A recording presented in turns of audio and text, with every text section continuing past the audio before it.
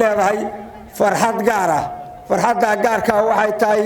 madaxweynaha Soomaaliyeed ee mudane Xasan Sheekh Maxamuud iyo xisbigiisa baan hadda ka hor waxaan u tiriyay muddo laga joogo 8 bilood tixdaas ducadaana waxa ku dhageeda kamid ahaa dar ilaahay dabayshiya hawadu iga soo dagayo ducadan Allah ii diriyo deelka aan qoraye Xasan Sheekh allow darajasi dawladnimadiisa kursigii ilaahu dabaqa Soomaali kama dagay ilaahu ku yeeldaacad hogaash si allaaliyeed wadaadna waxa la yiri waxa loo sheego wuxuu u jecel yahay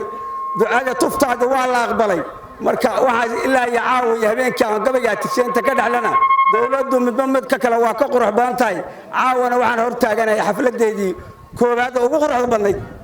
oo intaas weeyii farxadda allaaligeed ciyaaraha maaragtay banooniga la dheelo oo dadku dheelaan iska daadeelidaan dheelay dadka macaayiraha adduunka fiirsada kamid ma ahayn caawa waxaan rabaa farxadda allaaligeed inaan kamid noqdo ciyaartooyga Soomaaliyeed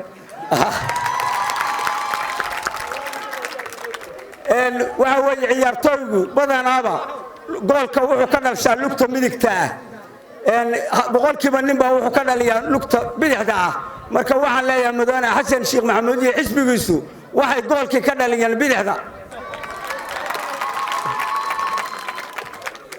inta hadda ka gudbo